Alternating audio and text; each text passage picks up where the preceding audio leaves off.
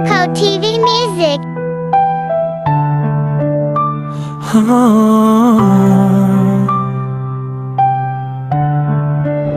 Sa gitna ng pang-aapi, may boses na titindig, tagapagtanggol ng mahina, may tapang sa dibdib.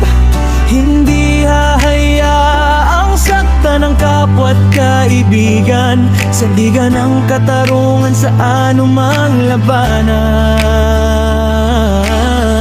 Yan ang kaibigan,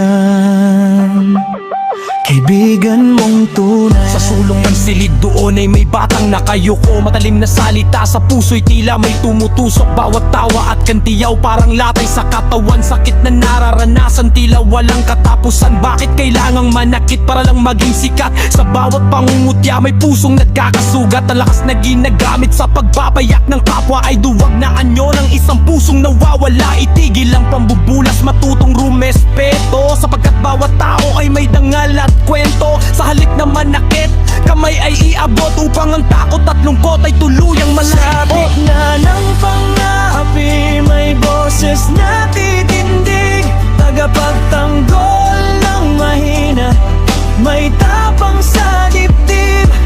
Hindi hahayayang sakta ng kapwa't kaibigan, sandigan ng katarungan sa anumang labanan.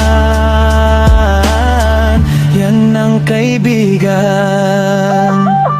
kaibigan mong Sa tunay. gitna ng tawanan, may pusong sugatan, nga salitang matalas, tila may laso ng laman. Hindi biro ang sakit na idinudulot ng asar, na nag-iiwan ng pilat na kay hirap mabanlawan. Ang kapwa ay igalang, huwag nating apihin. Sa halip na manakit, magkakaibigan ng itanim. Ang tunay na lakas ay nasa mabuting hangarin, hindi sa pagpapayak ng damdaming mahinhin.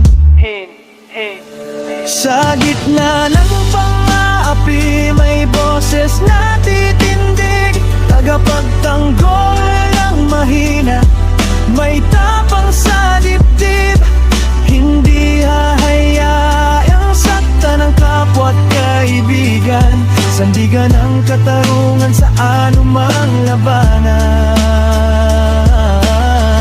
Yan ang kaibigan, kaibigan mong tunay, maasaan hanggang sa dulo.